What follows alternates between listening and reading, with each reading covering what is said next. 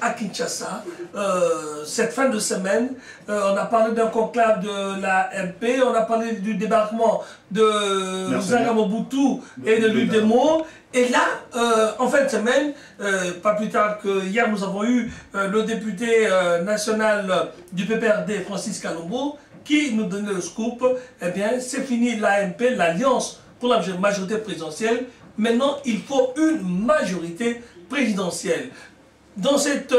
qu'est-ce qu'on peut voir derrière cette nébuleuse? Qu'est-ce qui va changer, d'après vous, dans la stratégie de Joseph Kabila, Papi Tamba? D'abord, Joseph Kabila a-t-il eu raison de mettre un terme à l'alliance, alors qu'on a même compris que, même en débarquant de Zanga Mobutu, les membres de l'UDEMO étaient prêts à rester avec lui? Et est-ce que n'a-t-il pas tiré tout le parti qu'il entendait de cette alliance pour qu'aujourd'hui, ils mettent en avant une majorité présidentielle tout court? Oui, merci Monsieur José Pouloulou. Je voulais déjà vous saluer et saluer tout le monde sur le plateau. La première chose que je vais dire, c'est que l'alliance, la majorité présidentielle, était une alliance de circonstances mise en place en 2006 et qui avait une durée bien déterminée. Entre les deux tours. Voilà, c'était entre les deux tours. Non, l'alliance, la majorité présidentielle était mise en place, bien entendu, avant les premiers tours, parce qu'il ne faut pas confondre entre l'AMP ainsi que l'alliance qui existe entre l'AMP, les Palou et l'UDEMO. Merci. Là, nous sommes devant des Merci pour cette précision. Ouais. Oui, merci beaucoup. Donc, ce que je voulais dire, c'est qu'au sein de l'AMP, l'alliance qui a été mise en place était une alliance de circonstances pour une durée bien déterminée. Laquelle? La durée, c'était la mandature du chef de l'État. Nous tendons vers la fin de cette mandature. Maintenant, il fallait maintenant qu'on essaie de réfléchir pour voir si les alliances peuvent encore être saines, parce que 5 ans, c'est trop en politique. En 5 ans, il y a beaucoup de choses qui peuvent changer. Je pense que dans notre pays, il faut comprendre une chose, M. Joseph Foulou, c'est que nous sommes encore dans l'école de l'apprentissage de la démocratie.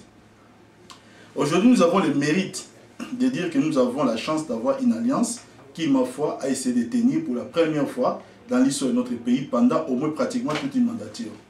Nous avons des expériences malheureuses avec des alliances qui étaient incapables de tenir même pendant 2 mois, et même il y a d'autres alliances qui ne vont même pas dépasser le cap de 1 mois. Mais maintenant, cette alliance-là, lorsqu'elle a été faite, elle n'a pas été faite sans qu'il y ait des petits vices ou des petits problèmes à côté. A-t-on privilégié l'idéologie ou a-t-on seulement créé une alliance parce qu'il fallait maintenant à tout prix réunir les voix pour les chefs de l'État? C'est la question fondamentale qu'il faut savoir se poser. Or, il s'avère que dans cette alliance, on a pu remarquer d'autres partis qui étaient profondément des partis à gauche, des gauches plutôt, et d'autres partis qui défendaient des positions des partis de droite. Et il y a même certains libéraux où on ne pouvait plus totalement définir une ligne idéologique au sein même de l'AMP. Donc il fallait maintenant, 5 ans après, qu'on essaie de montrer à la face du monde que la RDC a essayé de grandir, que les chefs de l'État a essayé de comprendre un certain nombre de choses. Nous sommes, j'ai dit tout à l'heure, dans l'école de l'apprentissage de la démocratie. Maintenant, il y a une ligne directrice aujourd'hui qui existe, à laquelle maintenant, il faut maintenant redéfinir les données. Donc, d'où maintenant, si nous passons, bien entendu, l'AMP vers l'AMP, c'est-à-dire la majorité présidentielle tout court, des pays tels que la France, qui sont des pays de vieille démocratie, nous avons connu les passages du RPR à l'IMP. Parce qu'à un certain moment, il faut savoir redéfinir les données pour savoir maintenant quelles devaient être les nouvelles bases. Et les nouvelles bases maintenant, c'est quoi? C'est que nous voulons, si le chef de l'État sera élu, bien entendu, s'il faut avoir la confiance de son peuple, c'est d'avoir une plateforme ou une alliance maintenant, des gens qui partagent une certaine idéologie avec qui nous allons travailler maintenant dans un sens qui puisse respecter une certaine direction. Parce qu'il y avait certaines divergences, bon, le temps nous manquerait pour essayer d'évoquer certains cas qui ont posé des petits problèmes au sein de l'AMP. Alors, M. Papi Tamba. Excusez-moi, Benoît. Papi Tamba, il y a 2 choses. Parce que là, c'est vraiment dans la famille AMP. Mais qu'en est-il des relations avec les 2 autres partenaires de l'AMP qui sont l'UDEMO et le Palou? On va y revenir. Monsieur Papi Tamba, une question me vient directement à l'esprit. Est-ce que Joseph Kabila n'est pas en train de repousser du pied la barque qui lui a servi à traverser le fleuve, dans la mesure où hier, ces alliances, même contre nature, vous l'aviez dit ici, étaient utiles parce que dans une élection à 2 tours, il fallait capitaliser le plus grand nombre de voix, même si on ne parle pas le même langage, même si au plan idéologique, on n'est pas la même personne, pourvu que l'on ait un capital de voix important. Aujourd'hui, avec un seul tour, même si avec à 15%, 10% pour vous qu'on soit devant les autres, on sera élu. Est-ce que finalement, ceci n'explique-t-il pas cela? Joseph Kabila a obtenu ce qu'il voulait. Jusqu'à il y a peu, ces gens dont aujourd'hui se séparent l'ont aidé à mettre en place une politique, notamment une élection à un seul tour, et après d'avoir pressé le citron, on le balance. Monsieur Benoît Bikindo, je vais vous dire une chose, c'est qu'en 2006, au premier tour, le chef de l'État a eu des voix qui étaient supérieures aux deux candidats qui étaient derrière lui, régnable c'est que Monseigneur Mossembo, le cardinal Mossembo plutôt veut vous présenter, pour ne parler dans un sens de 15%, parce que ça peut aussi être 43% comme en 2006, comme ça peut aussi être 60%, parce qu'au-delà de ça, il y a les 5 chantiers qui peuvent faire qu'ils soient aussi élus plus. Mais aujourd'hui, avec 40%, maintenant, essayez un peu d'être positif dans vos analyses, pour ne pas prendre que des cas de ceux-là qui, malheureusement, quand ils étaient au pouvoir, ils n'ont pas pu réussir à relever les défis qui étaient les leurs. Maintenant, pour revenir à votre préoccupation fondamentale, à la préoccupation que vient de poser M. Joseph Fouloulou, c'est pour dire que le président de la République n'est pas le patron du Palou, il n'est pas le patron de l'IDEMO. Ça, c'est ce que les Congolais doivent savoir. Les Palou et l'IDEMO, seuls dans leur conscience, ils avaient estimé qu'entre les chefs de l'État et les candidats malheureux, qui est le sénateur Jean-Pierre Bemba, que lorsqu'ils ont lancé l'appel pour dire que voilà, nous ouvrons la porte aux différentes tendances pour nous suivre pour le deuxième tour, dans leur conscience, ils ont signé un accord politique en disant qu'ils soutenaient la politique du chef de l'État. Nous atteignons aujourd'hui la fin de ces mandats où ils seront encore seuls dans leur conscience pour savoir quel rapport ils peuvent encore entreprendre avec les différents candidats pour la suite. D'accord. Donc, le chef de l'État n'a pas interféré dans les choix du Palou, n'a pas aussi interféré dans les choix de l'IDEMO. Alors, qu'est-ce qui n'a pas marché? Excusez-moi, est-ce qu'on peut partir vers... non, Joseph Fouloulou, il va compléter, mais qu'est-ce qui n'a pas marché dans cette alliance pour qu'aujourd'hui elle soit remise en cause? Ok, là, c'est pas l'alliance UDEMO-Palou, mais on est dans la partie AMP qui devient majorité présidentielle. Docteur Mbio, est-ce qu'on peut compléter pour que notre ami réponde à cette question? Parce qu'on passe de l'AMP à la MP parce qu'il manquait un substrat idéologique. Et ce substrat idéologique, d'après ce qu'on a compris, les partis souscrivent à une certaine idéologie. On les a cités, Papi Tamava va nous aider à les comprendre. Mais qu'est-ce qu'on peut ajouter en plus à cette question? Dans un pays comme le nôtre, la politique doit d'abord être un cadre et de réunir les bonnes volontés. Ça, c'est ce qu'il faut commencer par comprendre. Notre RDC aujourd'hui se trouve dans une situation extrêmement difficile. Nous avons mis en place les tampons pour commencer, comme nous l'avons toujours dit. Nous voulons tout simplement que cela puisse suivre. Et maintenant, nous devons faire non pas seulement des choix, mais tirer les leçons de nos, je pourrais appeler erreurs, ou du passé. Nous devons tirer les leçons parce que nous devons évoluer. Voilà, tout à fait. Donc, ce qu'il faut savoir, c'est quoi? C'est qu'on ne règle pas les comptes dans cette nouvelle configuration. Nous sommes dans une dynamique de pouvoir évoluer. Quand on parle d'une plateforme, quand on parle d'une alliance, comme aujourd'hui, il faut savoir une chose, même si on a enlevé le mot A dans les MP, mais MP reste toujours une alliance. Mais je vais vous donner un cas de figure pour mieux m'expliquer. Vous savez, après la chute de la dictature en Espagne, après la chute de Franco, il s'est retrouvé plus de 400 partis politiques en Espagne. Pour plus tard que des plateformes sur plateformes, qu'il puisse en rester environ 9. Nous sommes dans un schéma où nous devons comprendre que l'aboutissement, bien entendu, devait être un jour que la RDC puisse au moins dépoussiérer tout ce qui peut être considéré comme étant des erreurs. On est en 400 partis aujourd'hui. On est environ à 400 partis politiques. Ouais. Maintenant, si je parle d'un courant idéologique, donc cela veut dire quoi? Je citerai Monseigneur Mossembo, comme quoi je peux aussi être tendre envers lui.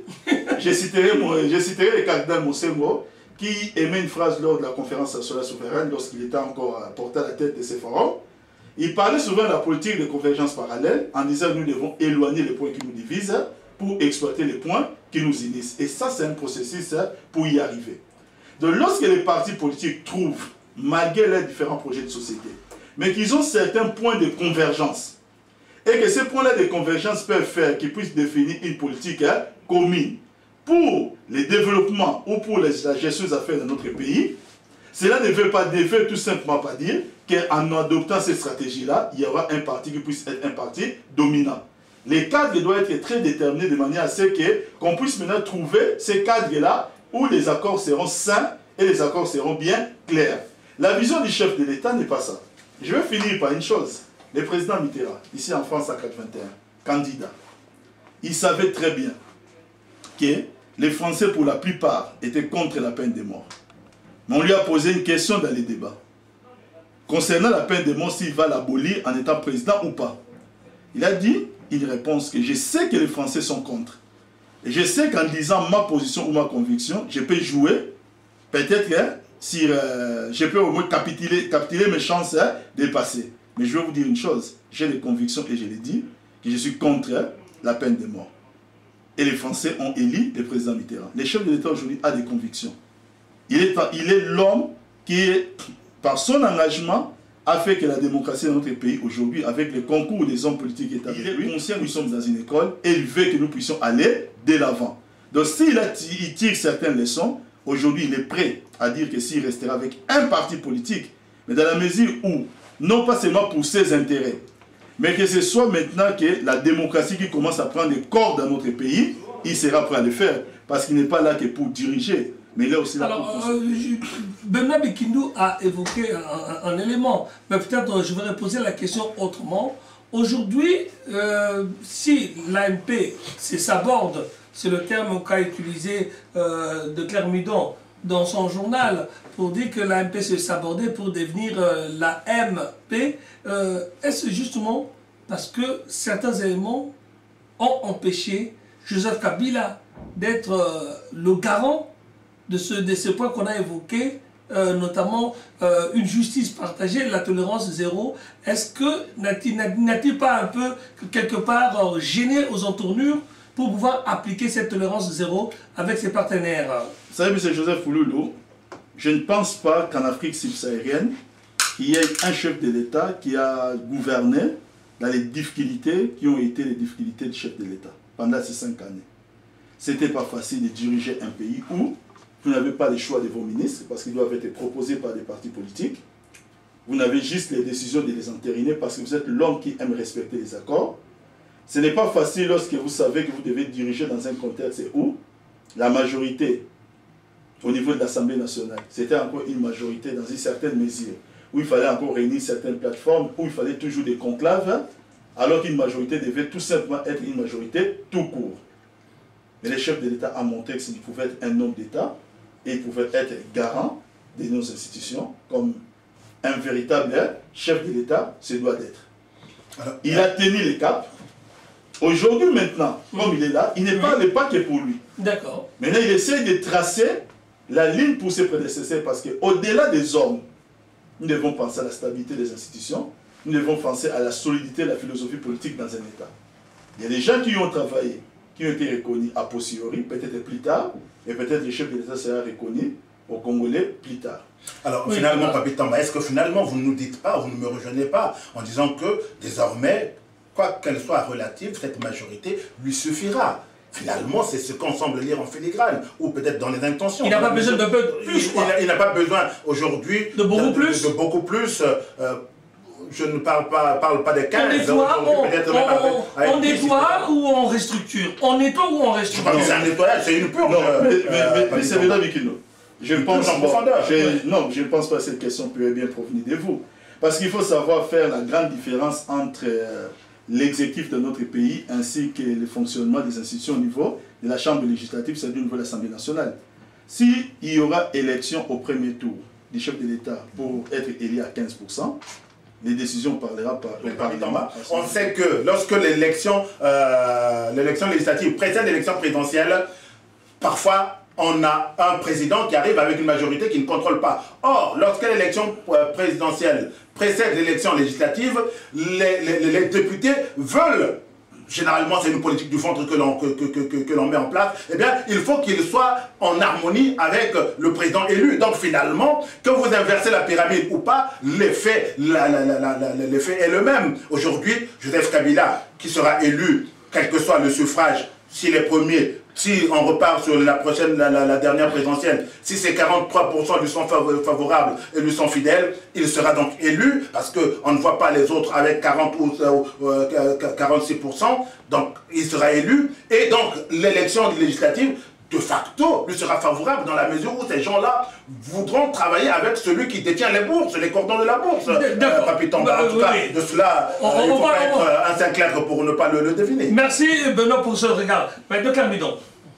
Oui, j'ai perçu comme une certaine confusion dans la communication du pouvoir. La première confusion, c'est au niveau de du changement de législation.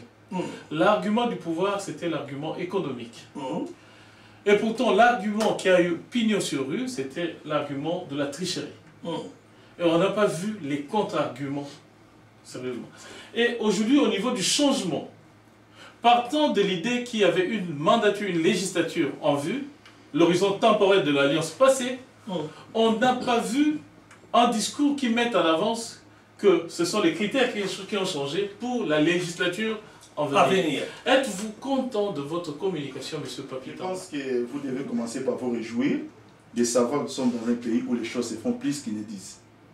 Ça, c'est important. La RDC a une culture. La culture que nous avons pu hériter parmi les tares du bouboutisme, c'était le fait de trop parler et pratiquement de rien faire ou faire très peu.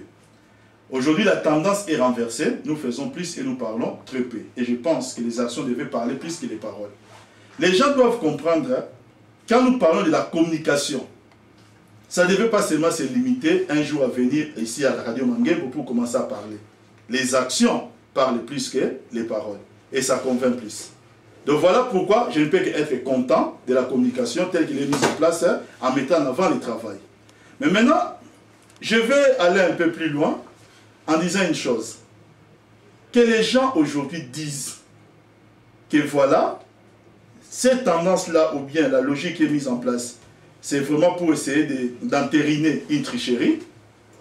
Libre à eux de faire des déclarations et libre à eux d'avoir des faits qui vont les contredire. C'est à eux maintenant d'avoir cette liberté-là aussi à la fin pour venir dire qu'ils se sont trompés. Si nous commençons aujourd'hui, maintenant à focaliser la communication du pouvoir pour essayer de contrecarrer chaque critique, je vous dis une chose, on ne travaillera plus. Parce que les Congolais aujourd'hui ne passent leur temps qu'à critiquer même les choses qui ne sont plus critiquables. C'est devenu une arme de l'opposition. L'opposition aujourd'hui veut nous distraire. Ils veulent nous distraire. Ils ne veulent pas que nous puissions rester dans la ligne droite qui a été tracée par les chefs de l'État. C'est cette ligne-là du travail. Ils veulent que nous puissions maintenant retourner dans l'état du moboutisme, d'être maintenant dans la ligne de commencer à expliquer à tout le monde ce qui dénoterait de leur mauvaise foi. Et c'est ce que nous ne voulons pas faire. Alors, et nous ne céderons pas là-dessus. Papi Tamba, on est en France, on est en Occident, là où se trouvent quelques 8 millions de Congolais, les Congolais de la diaspora. Quand va-t-on, à quel moment va-t-on enfin prendre en compte les désidératas de cette diaspora, entre autres la volonté pour les Congolais qui ont pris d'autres nationalités, que leurs enfants puissent avoir le droit d'être aussi Congolais. Quand va-t-on, comme cela s'est fait pour les autres pays, penser au moment pas d'élection, que donner aussi le droit aux Congolais, ceux qui n'ont pas changé de nationalité, pour mettre fin à la tricherie qui consiste à ce que les élus de la République, que chacun connaît, qui ont la double nationalité, se permettent de s'offrir un moratoire avec sans terme, et que les autres, eux, soient sous les fourches codines de cette Constitution, l'article. Par ailleurs, je rebondis. 110. Que vous dit le concept de pédagogie de l'action? Je crois que la question pourrait être posée, en autant des fois aussi la réponse sera toujours la même. Les Congolais de la diaspora aujourd'hui, dans leur majorité bien entendu, veulent bien que nous puissions abroger cette loi. Et je suis l'un des défenseurs, bien entendu, de ces changements-là. Nous voulons bien pour essayer d'abroger la loi, de dire que voilà, Congo, je ne sais même pas comment ils appellent ça encore, nationalité indivisible, et ainsi de suite. Parce que pour plusieurs raisons, cela ne peut que contribuer, bien entendu, malheureusement, cela ne peut être contre notre développement. Mais il y a une chose qu'il faut savoir dans la vie, il ne suffit pas seulement de légiférer, mais il faut aussi créer les conditions sociologiques pour essayer de mettre en place une loi qui soit dans la compréhension de tout le monde. Et c'est ce qui est important. Nous sommes en train de parler d'un acte qui est très grave, qui va engager la vie de notre pays. Les mêmes Congolais de la diaspora, qui sont destinés, par exemple, pour cette loi-là, il y a une caste, je ne vais pas dire tous les Congolais, mais il y a bien un groupe de ces Congolais qui essaie de promouvoir des idées qui contredisent encore, bien entendu, une telle philosophie. Parce que si aujourd'hui, nous disons tout simplement l'initiative émanée du chef de l'État pour essayer de mettre en place des dispositions pour essayer d'abroger cette loi-là, mettre en place la loi sur la double nationalité, Joseph, vous aurez encore plusieurs personnes ici qui viendront dire que tout simplement cette loi-là a été mise en place pour des intérêts égoïstes, pour essayer d'ouvrir encore les vannes et amener tous les Rwandais vers chez nous. Il y a un processus qui est mis en place et ça c'est la logique du chef de l'État. Il reste le chef de l'État et nous respectons cette logique-là. C'est de mettre en place un processus où nous devons d'abord commencer et là, c'est peut-être ça va faire l'affaire de M. Declercq. De M. Declercq. Ça va faire son affaire. C'est là maintenant que nous trouvons c'est un espace pour que nous devons beaucoup communiquer. Nous essayons de le faire dans une certaine mesure. Pour maintenant que les gens comprennent que quand la loi va arriver, c'est une loi qui sera plus pour leur intérêt. Donc préparer le terrain. Donc nous sommes en train de préparer le terrain. La fameuse pédagogie. C'est créé autour d'une table, je l'espère. Au moment de la dissoudre, est-ce que les membres de celle-ci se sont mis autour d'une table pour faire le bilan ou cela a été une décision unilatérale de Joseph Kabila? Ils sont partis parce qu'il fallait quand même faire le bilan, dire aux uns et aux autres ce qui n'a pas marché, pourquoi on dissolvait l'AMP. Or, est-ce que cela s'est fait pour que les uns et les autres sachent de quoi désormais ils vont s'en tenir? Est-ce qu'ils vont adhérer, ils vont rentrer dans le rang? Parce que je crois qu'on est en train de glisser vers le parti unique de l'époque, le MPR, parce que si vous n'avez plus les moyens, si vous existez, eh bien, vous allez rentrer dans le rang pour finalement que cela soit un parti-État comme le MPR, même si on n'en est pas encore là, Papi Tamba. Est-ce qu'on a retrouvé tout ce qui était à la création de l'AMP pour les partenaires ont-ils été conviés? Pour leur faire savoir que désormais la plateforme n'existait plus, on a tiré le bilan et la conséquence c'est la dissolution de l'AMP. Vous savez, M. Benoît Bikinou, quand je suis arrivé en France, parmi les premiers, bon, généralement nous aimons appeler ça ici petit boulot, j'ai travaillé dans une agence d'intérim avec une mission qui pouvait durer que 3 mois. J'ai commencé mon travail et le 3e mois, tout simplement c'était la fin naturelle de ma mission. On n'avait pas besoin de tirer un bilan, on n'avait pas besoin de faire quoi que ce soit. Arrêtons un peu. C'est pas la même chose pour la vie d'une nation. Hein. Lorsqu'on vous confie les clés laissez M. Papi Tamba terminer. En ce qui concerne la vie d'une nation, laissez-le terminer. C'est lui qui rendra les comptes par rapport au choix du peuple et ça sera les chefs de l'État. Ah, mais chacun, mais vous, je ne vous apprends rien que dans notre chacun des doigts faisait son métier. On peut laisser M. Papi Tamba terminer. Votre collègue analyste, allons-y Papi Tamba. Son métier, chacun a sa part de responsabilité. Monsieur Bikinou. Mais est-ce que les partenaires ont été conviés à la réunion? Alors, est-ce qu'il y a eu une réunion au moins pour leur dire que il y a 2 semaines, oui. Pourriez-vous imaginer un seul instant que nous puissions passer, bien entendu, vers la fin naturelle d'une organisation et mettre en place une nouvelle organisation sans qu'il y ait non pas seulement une réunion, mais qu'il y ait des négociations, qu'il y ait des pourparlers? Est-ce qu'on a tiré le bilan? Pourriez-vous au moins imaginer? Au moins politique. Je vais vous dire une chose. Le bilan au moins politique, sinon idéologique. Je suis en train de vous dire, si vous permettez, je répondrai à votre question. Sinon, maintenant, pas, hein. c'est que M. Mandalkin, il faut comprendre une chose. C'est que dans le fonctionnement des institutions de notre pays, qui est plus un régime semi-présidentiel, les chefs de l'État restent vis-à-vis de la population congolaise la personne qui incarne les institutions. La personne qui incarne les institutions, c'est la personne qui rend compte au nom des institutions qui les incarnent. Maintenant qu'il puisse avoir des rapports, bien entendu, de la part de ces différents partenaires qui vont lui faire des rapports, il peut que faire un condensé, mais ces gens-là n'ont aucune responsabilité politique devant le peuple congolais. Le chef de l'État est là pour tirer les conclusions et il sera la personne qui présentera un bilan en temps utile. Il faut savoir une chose, nous sommes aujourd'hui au mois de mars, on parle des élections pour le mois de novembre. Retenez vos questions, retenez votre souffle. Vous serez servi quand l'élection va commencer. Moi, je ne parle pas de la vie de la nation. Je parle de la vie de la plateforme qui a influencé. Mais vous parlez de l'avenir de la plateforme. Est-ce que cette plateforme reste une famille politique? C'est ce que je suis en train de vous dire. Alors, est-ce que finalement cette plateforme est dans une famille? Est-ce qu'on est dans l'erreur en mettant cette plateforme dans une famille, pour vous aimez bien le bon. Il reste une famille politique. On laisse finir parce qu'on doit fermer le rideau. Il faut savoir une chose, dans une famille, on peut tirer les conclusions et les conséquences qui peuvent rester au sein d'une famille. Alors, monsieur Papitamba, je vais poser une toute petite question en 2 secondes. J'aimerais dire ceci. Si tant est-il que la plateforme n'a pas marché tel que ça, c'est vous qui le dites. Tel qu'il se devait, parce que, pour preuve, elle a été dissoute. Est-ce que les RP en France n'a pas aussi marché? Nous sommes face à une nouvelle philosophie. Est-ce que la société est dynamique? S'il vous plaît, on va peut-être réagir par activité. Alors, la plateforme a été dissoute, c'est qu'elle n'a pas marché. Si elle n'a pas marché, c'est qu'il y a eu peut-être des erreurs. Est-ce que ces erreurs ont un impact sur la vie de la nation? Vous m'étonnez par cette conclusion. Les critères mis en avant, c'est que les partis qui viendraient à adhérer à la nouvelle plateforme aient au moins 5 élus.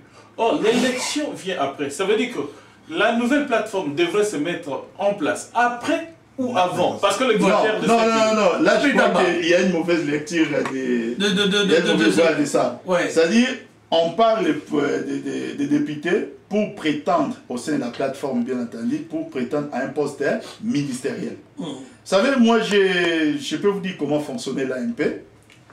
Déjà, j'ai été présent à Kin pendant les premiers tours. J'ai assisté un peu à certaines réunions de plus près. Il faut savoir faire cette part-là de différence.